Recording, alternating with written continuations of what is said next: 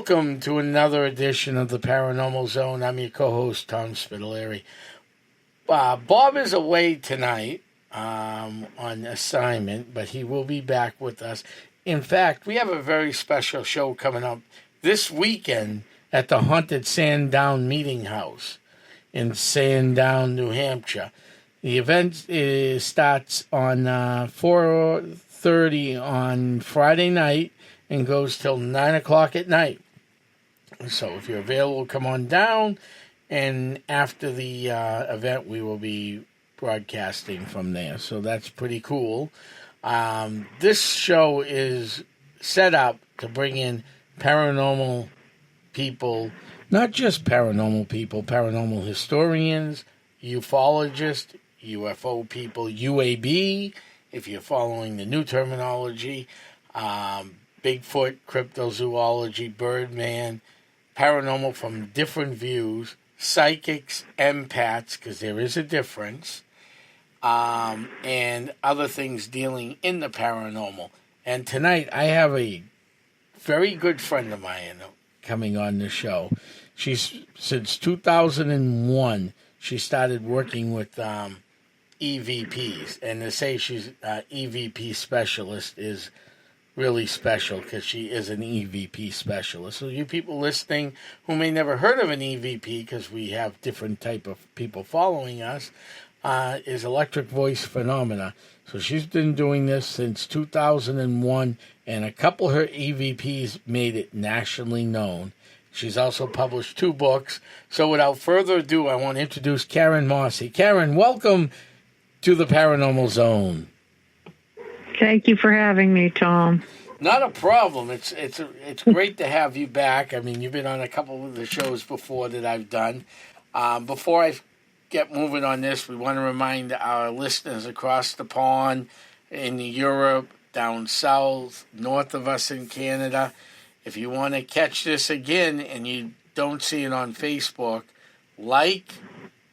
go to Lawrence Community Access TV's YouTube page, like and share, and you'll get to see all the other 18 episodes that we've done. This is episode 19 already. Wow. 19 weeks and going straight. That's great. So this is a fun time, and we're going to keep it going, and we're going to keep it real and keep it alive. So, Karen, what got you into EVP?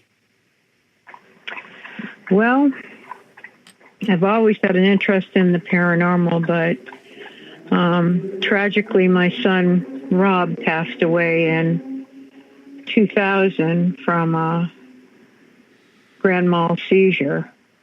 And I was so devastated, and I really couldn't cope well, as any bereaved parent would understand. But I had a very close friend that I graduated from high school with, and his name is Michael Sullivan, and I know you know him, yes. Tom, and yep. And we've worked together for many, many years, and he introduced me to EVP, and the way he introduced me was very gently and very softly, because he knew I was grieving very deep into the depths of my grief. And he said, Karen, there is a way that we can reach our loved ones again. There is a way to communicate with the other side. And he wasn't sure I'd be receptive to this, but if there's any way I could reach my son again or hear from my son again, I was very, very open to this. And so he started talking to me about EVP, and through his mentorship, I began recording and reaching out and working with electronic voice phenomena. And then Mike and I were looking for an additional group and an additional group of people that might be interested in this too. And that is how we found an organization called the Association of Electronic Voice Phenomena at that time. It was called the AAEVP. Interesting. Yep. And that was originally founded by Sarah Estep. And she was very heavy into EVP. She used reel-to-reel recorders and the technology of that day. And she captured some phenomenal EVP. Yeah, And what? Sorry? Oh, sorry about that, Karen. Most reel to reel. Yeah, reel to reel. Most people don't even know what that is. Especially in some of our younger listeners. Reel to reel is tape. Basically, big tape that goes from one end to the other end. And in the 60s and 70s, that's all they had. They didn't have digital recorders, so you had to listen to it. Now, Karen, I don't want to break away from this a minute, but we got to explain to the public something. Now, how long did it take for you if you did an hour-long EVP session at a house? It doesn't matter where, or a business, because you've done both. Okay? How long would it take you to go over a reel-to-reel? A reel-to-reel recording? I've never tried it. Oh, Mike would know how to do that. Mike would know. No, that was the technique that was used back in the day. Sarah used it. And Mike has a reel-to-reel tape recorder. I don't know that he's ever used it to capture EVP, but that is certainly the way they used to do it. Right. And a pioneer of electronic voice phenomena, whose name was Erland Babcock. He used reel-to-reel. And some of the EVP that he captured were phenomenal. Absolutely phenomenal. Well, I'm sure that if you typed Sarah's name, Sarah Estep, Estep, or Erland Babcock, Babcock, into Google, you'd come up with a lot of their research and what they did and how they used reel-to-reel recorders.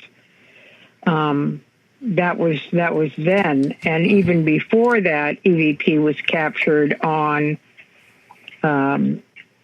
regular tape recorders way back in the day of Friedrich Jurgensen. And he did it with regular tape recorders. He was really just a journalist and a publicist, but in between recording the voices of birds in his backyard, when he played them back, there were other voices in there. Ooh. Voices, disembodied voices of people. Well, what's interesting is when I started in this field, I used cassette tapes. That wasn't, long ago. But I did use cassette tapes, okay? And for me, it would be, if I used a 90-minute cassette tape, you time it by 2, or 60, but times 2. So, it's 120 minutes aside to really go through it, because how many times you had to stop, rewind, listen, made it a little more difficult. Right. Those were great recorders, though, I'm telling you. I'm sure you're familiar with one of the most incredible EVP I ever captured, which was Hills Cemetery. Hills Farm Cemetery in Hudson, New Hampshire. Now, that was recorded on a regular cassette recorder, realistic recorder. I laid it down in the cemetery, and I attached an external microphone to the recorder. So I laid the microphone on the ground, and I laid the recorder on the ground. And this was April 21st, 2001. Hills Farm Cemetery, Hudson, New Hampshire. The temperature that day was about in the 80s. I just left church. There was no wind. It was just a perfect spring day. It was just perfect. Sunny, no wind, warm. And I walked away from the recorder, because I love old memento moris that are on old gravestones and epitaphs, and that's history. That's someone's legacy. And I just love walking through cemeteries and looking at that. So I left that recorder running, Tom, for about 20 minutes. Mm-hmm. And I walked around the cemetery. Then I came back. I picked it up. I put it away. And that night, when I went through that recorder, I captured the most fantastic EVP that I've ever recorded in my life. Ooh. And that recording, because by nature, EVP that are captured are very short in duration. Mm-hmm. And the reason for that is that it's very difficult for the spirit world to manipulate electronics, to manipulate anything for that matter. All the circumstances have to be correct. The environment, the electromagnetic field, your energy, the energy out there, everything has to be perfect for you to break into that dimension and for the dimension to open just enough so that they can get through and manipulate the circuitry or the electronics in that recording device to form a message. Because they don't have a voice box. They work with pure energy. They're not of the physical existence any longer. So, back to that recording. When I played it back, in the beginning, and you can listen, all the listeners that are chiming in tonight, you can hear that recording in its entirety on our website. What is the website? Which is www.ectoweb, all one word, ectoweb.com. And then you just go to places, and you'll find Hills Cemetery and that recording, Hills Farm Cemetery, and that recording and my narrative that I wrote about that recording is on the website. Okay. But when I listened back, Tom, what I heard, I can only equate to a portal opening, a vortex that settled right on top of that recorder. Okay. Right on top of that. Hello? Tom, are you still there? I can hear you loud and clear.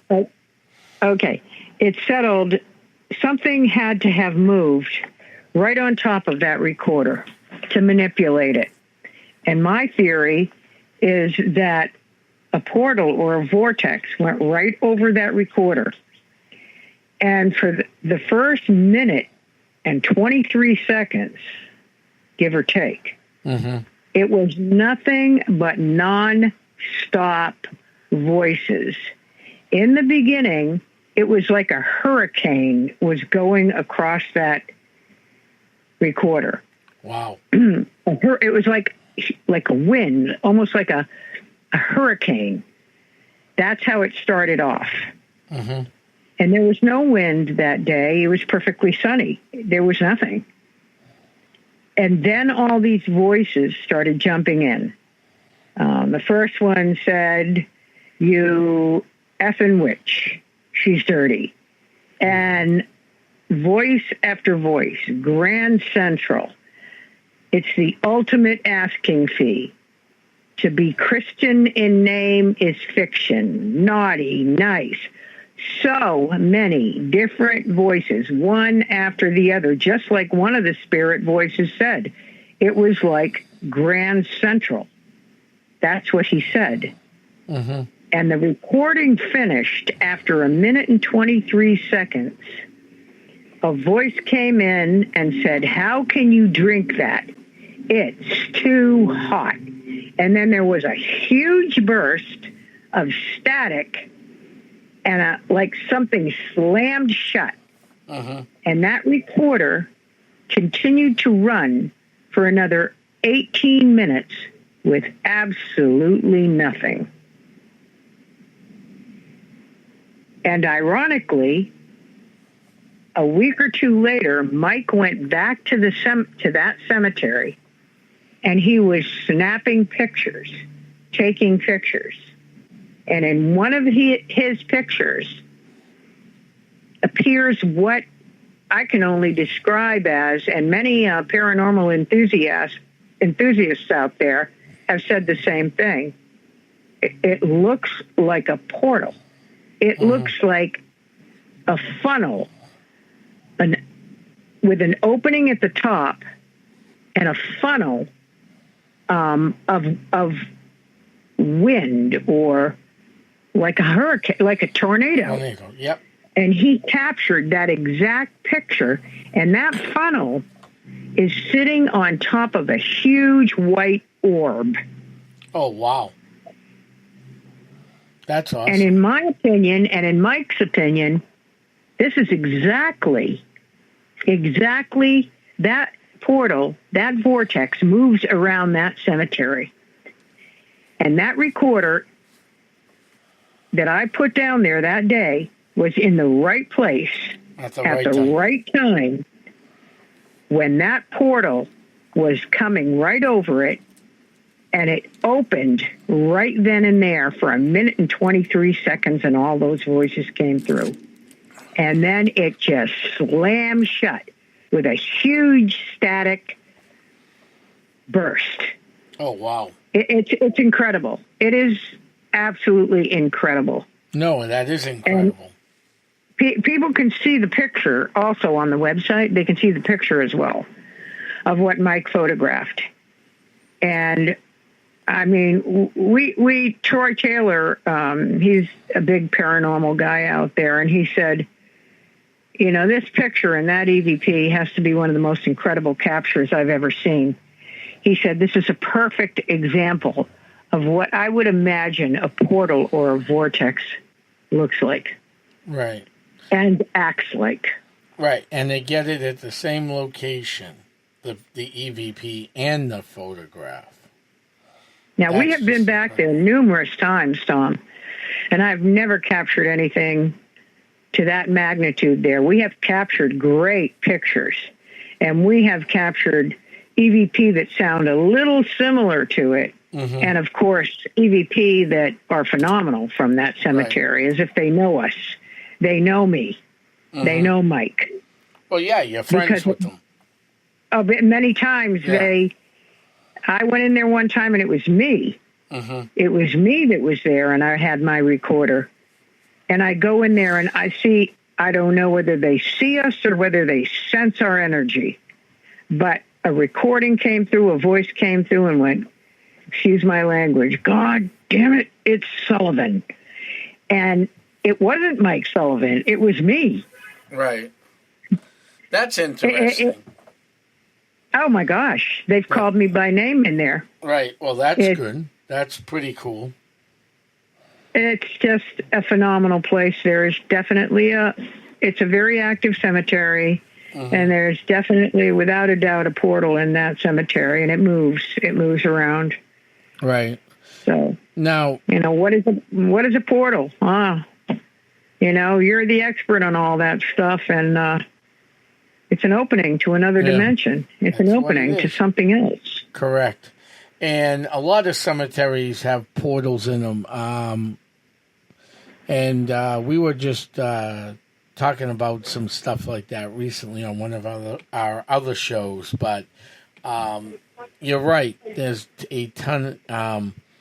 One of my favorites. Oh, that's what I wanted to mention to you.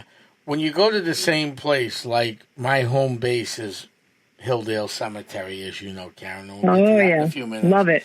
Bob Mcdermott, who co-hosts the show with me, his home base is the Sandown Meeting House. Okay? He's there a lot. Your home base is that cemetery you were just at. They get to know you. So when you keep going back to the same locations, the spirits get to know you. Then they fall in love with you. That's exactly right. And that's why they come out more and they interact more, because they're used to you. They know you're not going to be sending them, you know, out of their graveyard or something. They know you're there to communicate. Right. Yeah, they just come to know you in general. Right, because they were lonely and they want to talk to somebody. I recorded in my own home and had in my car, and I've had them say, hello, Karen. Right. They just come to know you. They come to know your energy. Right. It's your energy that they're picking up on. And your EVP work is incredible. They need to go to the EctoWeb website and listen to this, because actually a couple of her EVPs made international fame. Yeah. There was the White Noise movie and Ghost Whisperer. So if you remember watching those shows, and the movie and the shows back in the day, the Ghost Whisperer, and I can't remember who the actress was in that, but that's not part of this conversation. And or White Noise, the movie. That was that one I vaguely remember watching. They actually used one of Karen's EVPs. Now, Karen, can you explain to the world and people across the Great Pond what and why they used where you got that EVP, if you don't mind me, if you can say it again? With paranormal Sure. some stuff is private, and why they those shows decided to use your EVPs. Well, it was very sentimental EVP. It was my father that came through. And the EVP was in his exact inflection. Oh, wow. And he came through, he said, "I love you." And the voice was Stanley, my dad. And I shared it initially with my friend Lori. I shared it with Mike, people who knew my father. And they all agreed, "Oh my gosh, Karen, that's your dad. That's Stanley." And it was a very clear EVP. It is on the website. And so what happened was we had a conference in Reno, Nevada in 2004. This was an AA EVP conference. And a lot of the people that went to that conference were really renowned EVP practitioners. There were a lot of mediums there. April Sharon was there. A lot of mediums, a lot of people that were very interested in both instrumental transcommunication, what they call ITC, or electronic voice phenomena, EVP, and a lot of speakers. And Universal Studios was there. And Universal Studios picked up on a lot of what was going on. They were in the process of making this movie. And what we were talking about was the premise of that movie. EVP is most often found in white noise, in some type of static. And that's how it forms. It forms when there's a presence of a lot of noise, a lot of disruption, a lot of disturbance and static. And so what they did after the conference, in a few different instances, they had private interviews with Martha Copeland, who was also, these were all EVP members and very, very strong into EVP. And Martha Copeland is also a bereaved mother. She lost her daughter, Kathy. And Vicki Talbot, she lost her son, Braden. So we sought out EVP for the same comfort, for the same purpose, to comfort us in the grief of losing a child. And so Universal interviewed us, and they played, and they asked us to play several different examples of our EVP. We had sent some EVP to Tom and Lisa Butler prior to the conference, because we knew that they were going to be there and they were going to interview us in that. And one of the EVP is that EVP from my father, which is "I Love You." Now, if you have access to the movie White Noise, I believe, came out in 2004. Ghost Whisperer ran for quite a long time. it's also on the website, the episode that it was in. But if you have access to the movie, or if you can watch the movie, there's a part of the movie that was called Behind the Scenes or Background Scenes. And in that part, it contains the interviews by me, Martha, Vicky, several other members of the EVP, Tom and Lisa Butler, I believe. And so you can actually see all the interviews, which is where that EVP from my father came from. And it also starts out in the beginning of the movie. That's how the movie starts out. And it is played within the movie. So after that conference, Universal invited Martha and I and Tom and Lisa to be on the Maury Povich show. It was just a great experience all the way around, Tom. I bet it was the Maury Povich. I didn't know really you were on the Maury Povich show. It gave some real notoriety to and validation to my father, who I just lost in 2002, and my son Rob, who I lost in 2000, and that they came through. It gives me so much comfort, and it must have given them so much comfort on the other side as well. And Martha had numerous EVPs from Kathy, some of them so clear that you could almost picture Kathy standing right in front of you and speaking to you directly. So clear. In one of them, Kathy had already passed away, and Martha had a dog named Doja. And Martha had left the house, and there were some beans. She had some beans laid out that she was maybe going to cook later or something. And she had a recorder running. And when she came back, she played it back. And Kathy's voice was on it. And Kathy's voice said, "Doja, no." As if she was disciplining the dog had gotten into the bowl of beans. Oh, wow. That's incredible. And you can hear her daughter's voice say, "Doja, no." Mm-hmm. And this was 2003 or 2004. Can't remember exactly what, but Kathy passed away in 2001. Oh.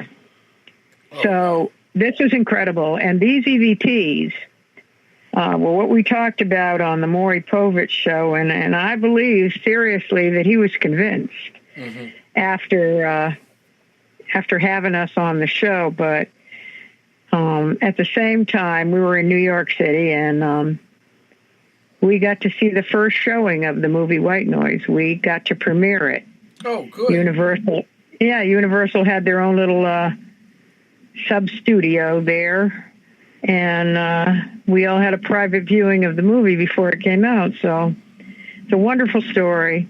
It is. And a wonderful validation for those that are on the other side. And you know, if you can listen to some of the EVP, and then you can say to yourself that you don't believe that they're still with us in some form, then I don't know what else to tell you. I really don't, because it's so evident. Right, you'll never change disbelieve. That's something else, but it is just so evident that something else exists after this physical existence. You know, the soul, call it what you may, but we go somewhere. Correct. We don't die. No. We just cease to exist in a physical body. Right. But we do not die. No. We go somewhere. We do go somewhere. And you can still reach your loved ones. They are still able to come through, and they are still with you in some form. They still exist in some form. And it's not, Tom, that they're available on demand. That isn't how it works. That is correct. All right? You're not available on demand. I'm not available on demand. It's the same scenario. But when they are available and the circumstances and energy are just right, they can come through with phenomenal messages. Oh, yes. That totally validate who it is you're talking to. Right. Now, Karen.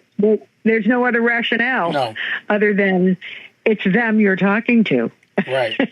Now, Karen. Yeah.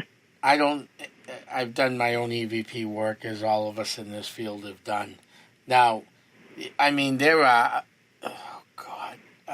a gazillion different recorders you can get for EVP. I mean, yes. I've gotten good luck with cassette tapes because they move at a slower aperture, slower speed than, say, digital. But that's not it. Most people like digital because you can just plug it into an Audacity system and kind of watch things and go, oh, okay, so this is all flatline. Oh, we got a couple bumps here. Well, we can, move through a little quicker than listening to a cassette tape. Now, you can go out there and buy the most expensive recorders in the world. I actually have a very expensive recorder. It doesn't work. So what works? What works better? Now, I bought this other one at a Salvation Army. I think I paid $4 for it. It's a digital recorder. And let me tell you, some of the EVPs we catch on that are pretty incredible. So what do you suggest people do? Yeah, that's probably because it's a low-grade recorder. The more noise that's in that recorder, the better, the more they have to work with. So, that's why. You have these recorders now, like your cell phone recorder. That would be a miracle to capture an EVP on it because they're so clear and there's no background noise. Now, you might be able to use it if you wanted to run a fan, you know what I mean, or a little one of those water fountains or something in the background. Right. A dryer or whatever, okay? You got to use background noise. You've got to have it. And if you don't, they have nothing to work with. No. They don't have anything to work with. They don't have that white noise. They don't have that static. And that's why recorders like the DR60, they're going for thousands of dollars, are so conducive to capturing EVP is because they're lousy. they're old school digital recorders that have a lot of static in them. And it's an interesting story about the DR60s. I'll share it with everybody. Originally, they were made by Panasonic, and they were one of the first digital recorders that came out, and students were using them a lot for college lectures and things like that, turning them on. They only have 60 minute capacity, and when they were recording a lecture, some of these individuals came back and played it back, and there were different voices, right, in between the lecture, in between the professor, and between the speaker. And that's what brought it to the attention of EVP enthusiasts, saying, oh, well, hey, this must be really good for capturing EVP. Right. And indeed it is. And they were readily available back in the, when Mike and I started buying them, back in 2004 and 5, they were still, accessible. You could get them. I mean, I picked up many. I picked up 3 of them for like under $20 or $25, $30. I remember I got one for my sister, Vicky, and it was going for $50. And I go, Vicky, that's a great deal. And she goes, oh, my husband's going to kill me, but I want one so bad. So I said, listen, I'll pay for it. You can pay me back over time. Well, isn't she glad, today that she has her very own DR60, which at one time, Tom, they were so expensive they were untouchable. Only celebrities like ghost hunters or ghost adventurers could afford to get one. Right. They've dropped a little in price because of inflation and everything being so expensive. But I've seen them still listed on eBay for $1,800, $2,000. Right. In perfect condition in the package, they're probably $3,000. Right. But with Mike and I, at one time, I had like 5 of them. I gave one to my daughter, got one for my sister, and they were affordable. Now they're untouchable. Right. But so, Karen, so now you get the recorder. There's a funny story about a recorder. So I was at a Radio Shack right before they closed, right before they announced they were still open, picking up some, as you know, Karen, you've seen my setup. I use an old school video setup, picking up some cords, and this nice younger lady walked in. She was probably in her 70s, younger than me because I just turned 84. And she goes, "This recorder's broken." And the guy goes, "What happened to it? I want to return it." I recorded this conference that I was at and didn't get the recorded conference, but I'll get a bunch of gobbling voices. So I don't know what's wrong with this recorder. Well, and so you popped up and said, "I'll take it." I actually, when she left the store, I go, "I'll buy that one if you put it back on the shelf. Because it's fine." He goes, "I think it's fine, but I don't understand the gobbly voices." I said, "Don't worry about that." Yeah. Just say it's too long for me to explain it to you, sir. Yeah, so we ended up with that recorder. But nonetheless, I found it interesting that, she thought the recorder was broken, when in reality she picked up whatever conference she was at, a bunch of EVPs. Yep. And that's probably because it was a noisy recorder. Right. And the noisier the recorder, the better. Now, that's right. You've also been to a place that's very near and dear to me. We'll talk about some of the cases we could talk about when we get into this next, book, next subject. You've been to a place in Haverhill that has a lot of spirit activity. Oh, that's Hilldale Cemetery. And you caught quite an EVP in there, and I believe that is in Spooky, Creepy New England 2. Karen's also published 2 books, Spooky, Creepy New England 1 and 2. And you know what's funny? If I'm out somewhere like up in Maine or up in New Hampshire in a visitor center, or even better, one night I went out to eat and I was at Cracker Barrel. And guess what I saw there? Spooky, Creepy New England. I'm like, oh, look, I'm on the shelf over here.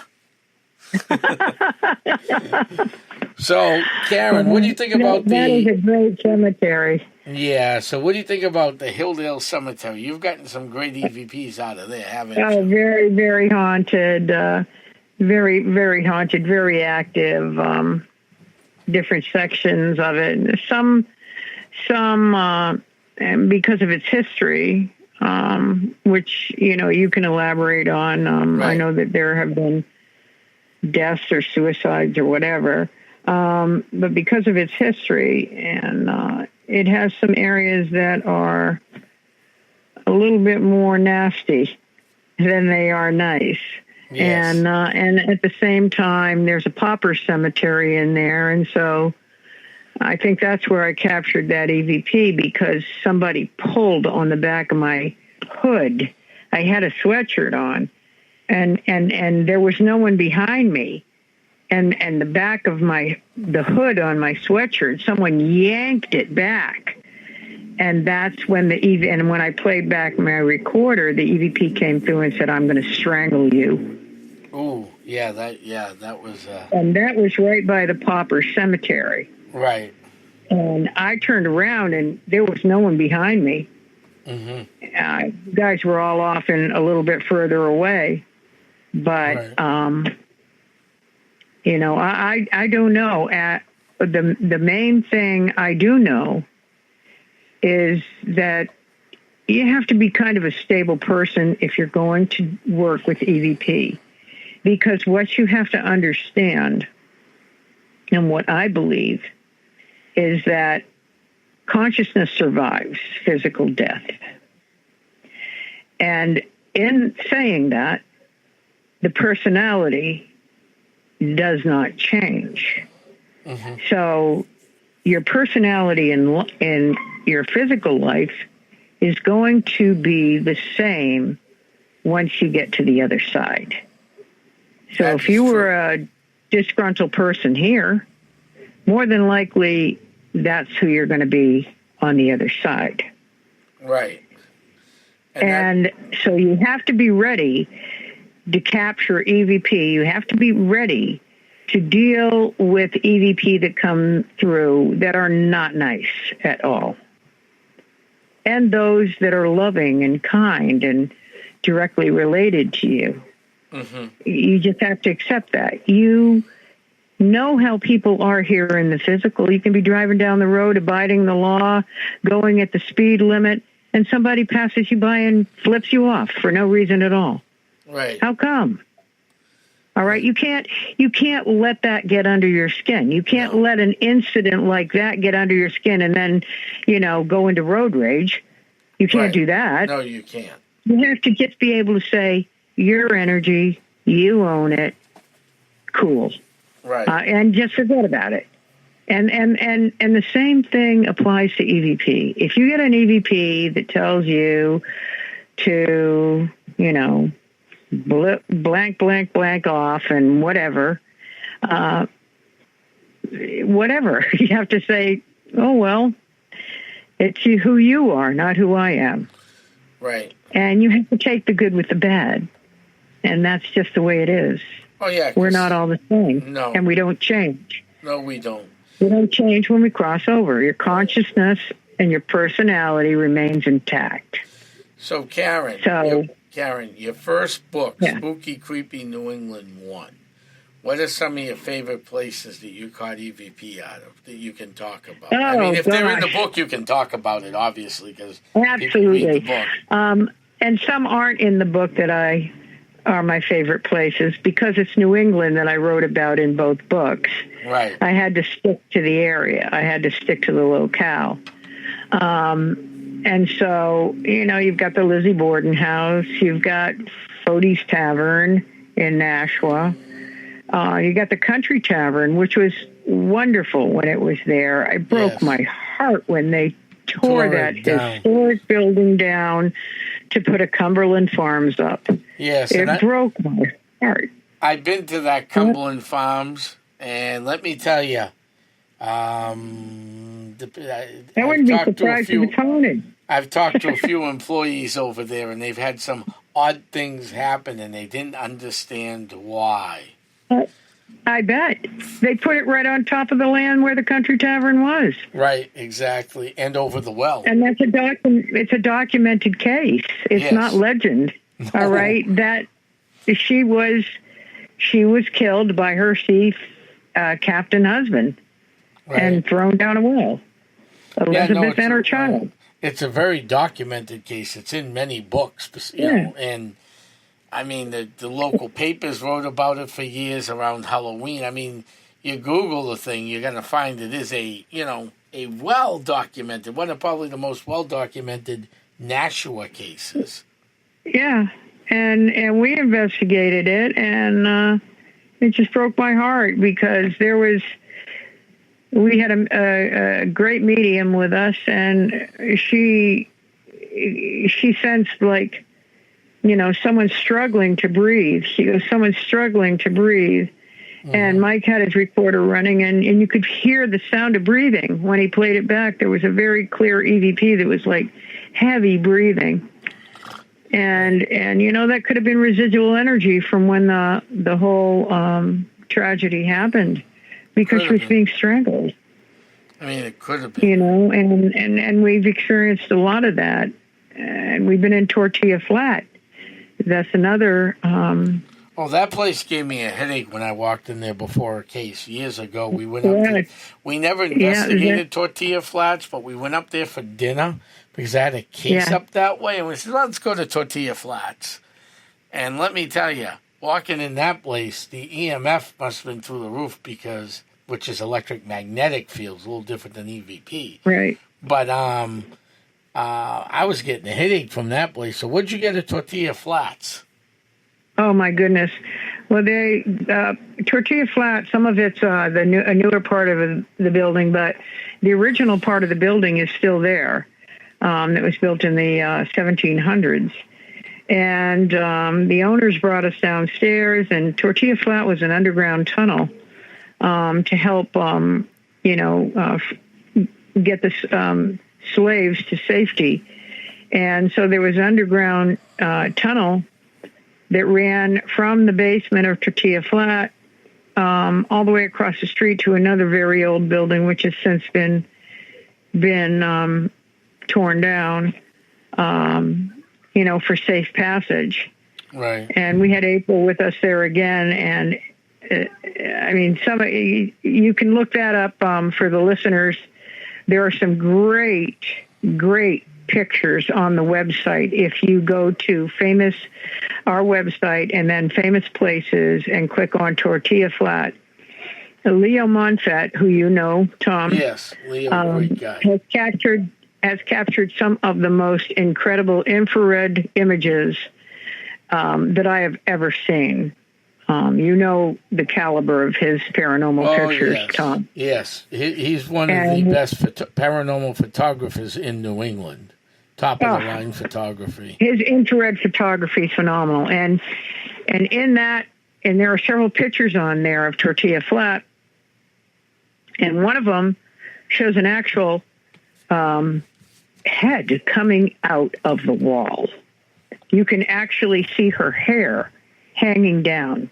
And that's something we've noticed a lot of in paranormal photography, is that the apparitions seem to be looking down. I don't know why this is. If anyone has a theory on that, many of the paranormal apparitions, the apparitions that we've captured on infrared photography and otherwise, they all seem to be looking down. Right. Looking down towards the ground. And we know that the original owner was a man named Zachariah. And that EVP is also on the website. We went into the old part of Tortilla Flat, the original part of the building, and a book fell right off the shelf while we were all in there. It just came right off the shelf and landed on the floor. And I recorded, and this was actually not recorded on a GR60. There are other good recorders out there. I want to tell your audience this. You don't have to spend that kind of money. There are good recorders. Sony makes some great recorders. The Sony B7, B17, those are great noisy recorders. I've captured fabulous EVP on those, and they're normal price. You can afford that. And you can do your own EVP. Right. I actually have an old Sony that works great, too, and I'll put it out on my Facebook page for people who want to see that. Yeah, Sony's I think I paid like $3 or $4 for it at the Salvation Army store, and boy, is it great. So you can always check there, Yep. Sony B7, B17, those are very, very conducive to capturing EVP. And when I was at Tortilla Flat, I used a Sony B7, and I said, Zachariah, because that book had just fallen off the shelf, and I said, Zachariah, are you here? And I played it back, and it's very clear. You'll hear, I'm here. And it's just amazing. Maybe he caused that book to fall off the shelf. I don't know. But Tortilla Flat is a very active place. We've captured great EVP there and really awesome Leo Monfett paranormal infrared photography. Oh, yeah. Pictures. Leo's a legend in the field. I mean, I've known Leo as long as I've known you guys. You. He is a legend. I remember, Tom, when we were at Alcatraz, that was one of the most haunted places I've been in, is when we slept overnight in Alcatraz. It was me, Mike, Leo, Linda, and because I had won the Parks and Recreation of San Francisco ran this lottery. And whoever won the lottery was entitled to sleep overnight on Alcatraz and could invite up to 20 people. And so it was a trip, I'm telling you. Oh, I bet that was a trip. We were brought out there by ferry. The ranger was there with us. He told us everything about the history of Alcatraz. He showed us how they opened the the gates. It was almost like a hydraulic thing they had to maneuver to cause all the cell gates to open at once. The prisoners would step out. The police, the guards would examine everything, and then they would go back into their cells, and that huge lever, that hydraulic thing, would close all the cell doors again. Well, we all went out there. We had a great time. We knew the history, and we were left there. The ferry left, and we slept overnight in Alcatraz, and I don't think anyone slept that night, by the way. No, I bet not. Leo and Linda actually slept in the cell that was used in Escape from Alcatraz with, what was that? Was it Sean Connery? No. It was yeah, Clint Sean Eastwood, Connery was in that movie. Yeah, or Clint Eastwood, one or the other. I can't remember, but they slept in the cell where that was filmed in. I slept in the cell because I had first pick because I won the lottery. I got to choose my cell. I slept in cell 13. And cell 13, here's a story with that cell. The prisoner that was in that cell was screaming out all night long to the guards that he was being terrorized inside of his cell. And the guards kept coming over, banging on the cell and telling him to, be quiet, shut up, go to sleep, whatever. And he kept screaming that he was being attacked, that, there was something in there with him, a demon or something. And they, of course, thought, well, he's just crazy. He's insane. And they were banging on his cells to be quiet. And the next morning, they went into cell 13, and he was dead. Oh, wow. And the look of terror that was on his face was beyond description. Yes, he got scared too. So that's the cell I slept in, and I experienced plenty. Probably the most incredible thing that happened was, and we all heard it, was we heard the cell doors opening and closing, which was impossible. That was done by a machine. Right. And so Alcatraz has so much residual energy imprinted in its walls that it plays out all the time. Right. And, it's just such a really, really frightening place. I bet. Not only frightening because there were hardcore criminals in there, but underneath Alcatraz, underneath the prison that closed in the 70s, is a citadel. And that was a Civil War prison. Yes, it was. So, yeah, that's quite the area for activity out there. It was phenomenal. Right. Another thing, Karen, is have you ever been up to, Bob would have talked about this tonight, because I know he investigated this place, and I think he's talked about it at more public events than I can think of. So,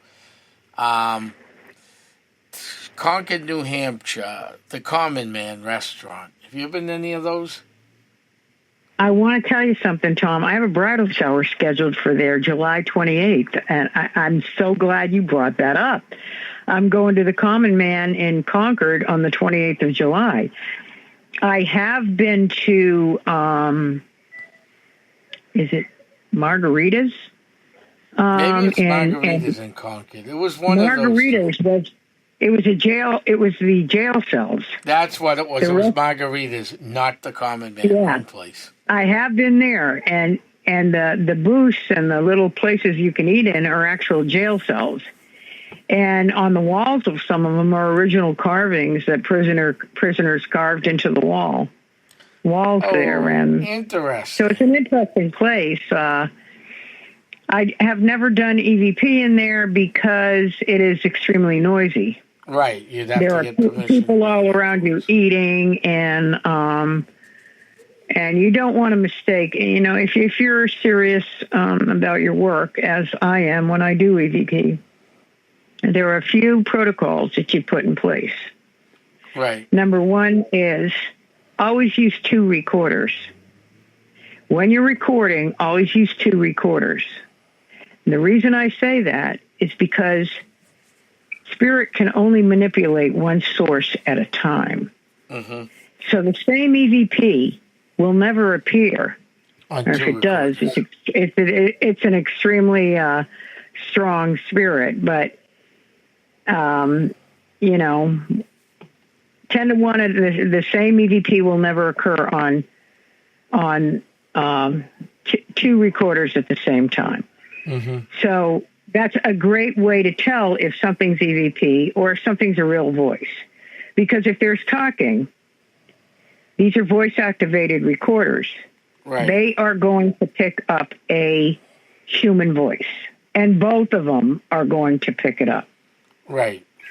Whereas EVP is formed by the manipulation of the circuitry or the noise and the static inside a recorder. It is not spoken with vocal cords or with a voice box. It is not spoken. It is a word or verbiage that is formed out of the white noise or circuitry in a recorder. So they have to manipulate the source in order to form a message. You understand what I'm saying? I think you do. I do. So if you're using 2 recorders and you get hello on both recorders, chances are someone in the room or someone around you said hello. Right. It's a physical voice. Whereas if you get hello on one recorder and it's not there at the same time lapse as on the other recorder, that is very well an EVP. That very well could be an EVP. Right. So, wow, Karen. And they're not always that clear. It depends on the energy of the situation, of the environment, of the recorder, of the spirit. Right. The circumstances have to be just right, and that spirit has to be pretty intense energy to project that message onto the recorder. That is correct. And it takes a lot of energy, and that is why EVP are so short in duration. They run out of steam very quickly. So, Karen. Very quickly. Right. So, Karen, why don't we explain to the audience? We're going to go a little over the hour, which we can, and we'll air the whole show, so it's not going to matter. All right? We've already been a great show. An hour? Yeah, we're almost at an hour. And this is a great show. We could do 2 hours on this, but... Hey, you can tell I'm passionate about You are very what passionate. No, you are. And that's what I've always loved about your work. So how do you grade an EVP? I mean, you have, some people use A, B, C, D, E, F. Some use 1, 2, 3, 4. Can you explain? A, B, and C, yeah. A, B, and C. Can you explain what A, B, and C are to our great listeners across the ocean and beyond? Okay. Well, a Class A EVP is just like, if you get a perfect score on your test and you get an A. Okay. Right. It's similar to that. Okay. In other words, it's so clear that it's almost irrefutable. And almost everyone in the room can hear the same thing without being prompted. You know what I mean? Without me saying, oh, listen to this EVP. It's so clear. It says, hey, Karen, how's it going? Right. Okay, but I've already influenced people's minds to hear that if I say that. You understand? Correct. If I say, this is what I hear, then, the other people that are in the room that have listened to it they're already influenced. Mm-hmm. They're already going to say, oh, yeah, I hear that too. And that's because I told them what I heard. Right. So the best thing, a Class A EVP it's usually so clear that you could say, listen to this EVP, and you play it, and everybody that's there says, here's the same thing. Right. Here's exactly the same thing. Mm-hmm. Even if you ask each person separately, what did you hear? What did you hear? What did you hear? They're all going to say the same thing.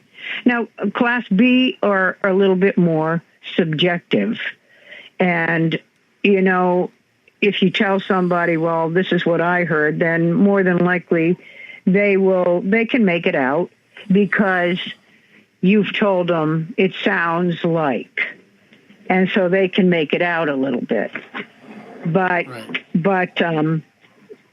and that's how it differs from Class A, is that everybody can hear it clearly without being influenced. Right. Now, Class C EVP almost always is subject to interpretation. It isn't clear enough to really say, oh, it says this, it says that. It's just not that clear.